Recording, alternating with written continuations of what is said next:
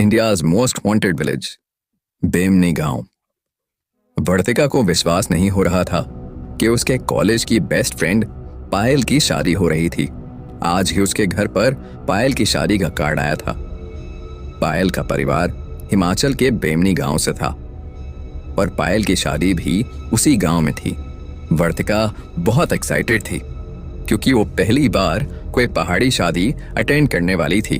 वर्तिका 2 दिन बाद ही अपना सामान लेकर बेमनी गांव पहुंच गई।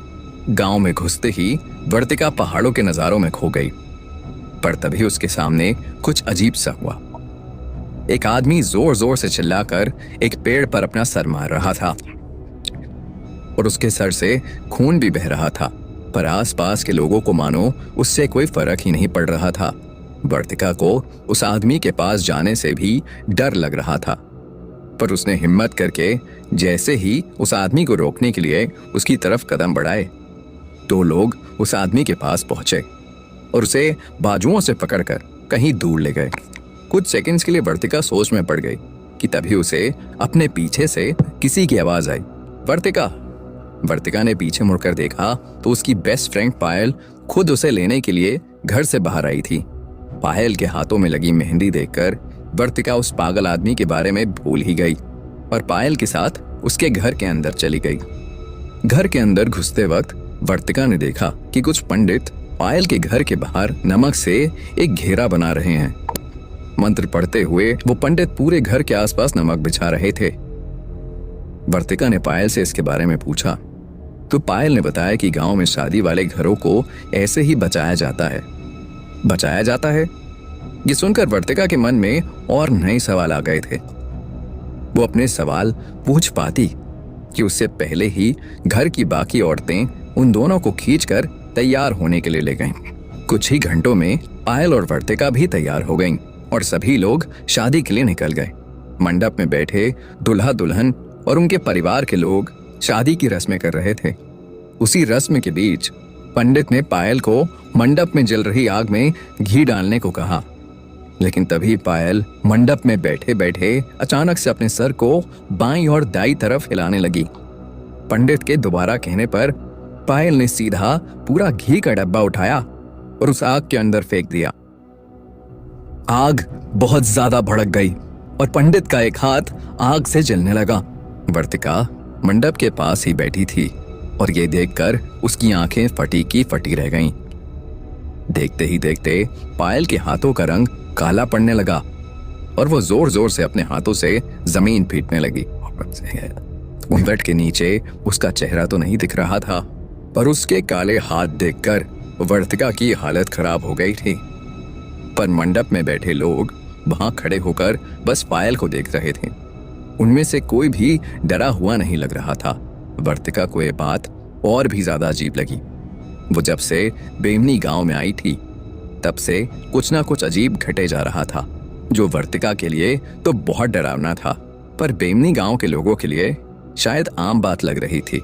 तभी वर्तिका को पायल की जोरों से चीखने की आवाजें आई और उसका घूंघट उसके सर से हट गया।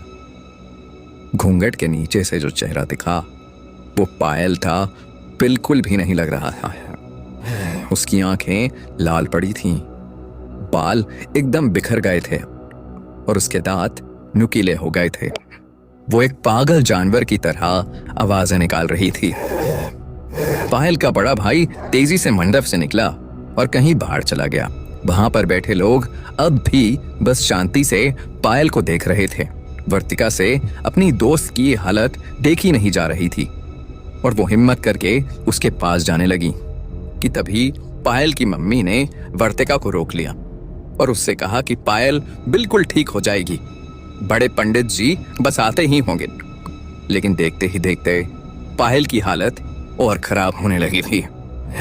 उसने अपने हाथों से अपने ही बालों को खींचना शुरू कर दिया और वो किसी अनजान भाषा में कुछ बड़बड़ाने लगी।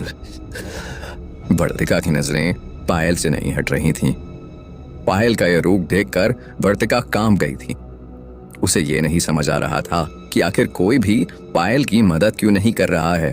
उसने जोर लगाकर पायल की मम्मी से खुद को छुड़ाया और पायल के करीब चली गई। वर्तिका ने पायल से बात करने की कोशिश की पर पायल थोड़ी शांत हो गई। पायल के शांत होते ही वर्तिका जैसे ही उसके करीब गई, पायल ने दोनों हाथों से वर्तिका के गले को पकड़ लिया और जोर से उसका गला दबाने लगी। उसी समय पीछे से किसी के कुछ मंत्र बोलने की आवाजें आईं और किसी ने पायल के ऊपर जल छिड़क दिया और पायल बेहोश हो गई। उसी के साथ वर्तिका भी बेहोश हो गई। जब वर्तिका की आंख खुली तो वो एक बेड पर सो रही थी। वो पायल के घर में थी। वो उठकर पूरे घर में देखने लगी, लेकिन पायल घर में थी ही नहीं। उसने पायल को आवाजें लगाना शुरू किया, पर उसे वो कहीं नहीं दिखी।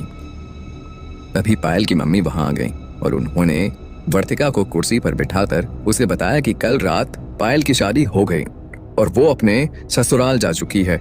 उन्होंने वर्तिका से कहा कि कल रात जो कुछ भी हुआ था वो बेमनी गांव में होने वाली एक आम घटना थी। उन्होंने बताया कि बेमनी गांव पर कई सैकड़ों साल पुराना एक श्राप है। यहाँ पर प्रेत आत्माएं लोगों पर काबू पा लेती हैं। वैसे तो मंडप के बाहर भी सुरक्षा कवच बनाया गया था, पर किसी ने उस कवच को मिटा दिया था। इसलिए पायल पर एक बुरी आत्मा हावी हो गई थी। ये सब कुछ सुनकर वर्तिका को विश्वास नहीं हो रहा था। उसने पायल को फोन किया तो पायल बिल्कुल सही सलामत अपने नए घर में थी। वर्तिका उसी दिन बेमनी गांव छोड़कर अपने घर वापस चली गई। उस गांव और उस शादी को शायद वर्तिका कभी नहीं भूल पाएगी।